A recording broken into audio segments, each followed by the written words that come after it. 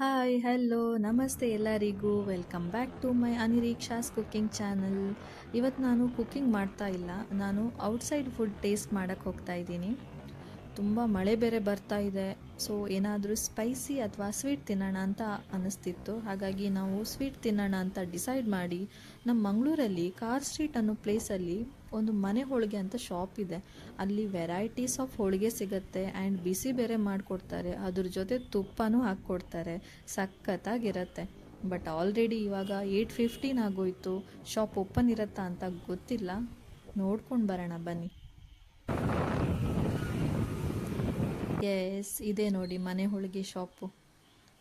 Varieties of ತಿಂಡಿ ಬೇರೆ ಇದೆ ಆ್ಯಂಡ್ ಉಪ್ಪಿನಕಾಯಿ ಇದೆ, ವೆರೈಟೀಸು ಬಿಸ್ಕೆಟ್ ಇದೆ. ಆಲ್ರೆಡಿ ಕ್ಲೋಸ್ ಆಗಿಬಿಟ್ಟಿದೆ, ಬಟ್ ಒಂದೇ ವೆರೈಟಿ ಇರೋದು, ಅದೇ ಬೇಳೆ ಹೋಳಿಗೆ. ಅದನ್ನೇ ಆರ್ಡರ್ ಮಾಡಿದ್ದೀವಿ ನಾವು. ಆ್ಯಂಡ್ ಔಟ್ಸೈಡಲ್ಲಿ ಹೋಳಿಗೆ ರೇಟ್ಸ್ ಬೇರೆ ಹಾಕಿದ್ದಾರೆ ನೋಡಿ, ಇದೆ ಫೋಟೋ ತೆಗೆದು ಹಾಕಿದ್ದೀನಿ, ನೋಡ್ಕೊಳ್ಳಿ ಬೇಕಾದರೆ. ಆ್ಯಂಡ್ ನಮ್ಮ ಹೋಳಿಗೆ ಬಂದಾಯಿತು, ಲೈಟ್ ಬಿಸಿ ಮಾಡಿಕೊಟ್ಟಿದ್ದಾರೆ, ಅದು ಕೂಡ ತುಪ್ಪದ ಜೊತೆ. ಟೇಸ್ಟ್ ಅಂತೂ ಸಖತ್ತಾಗಿದೆ.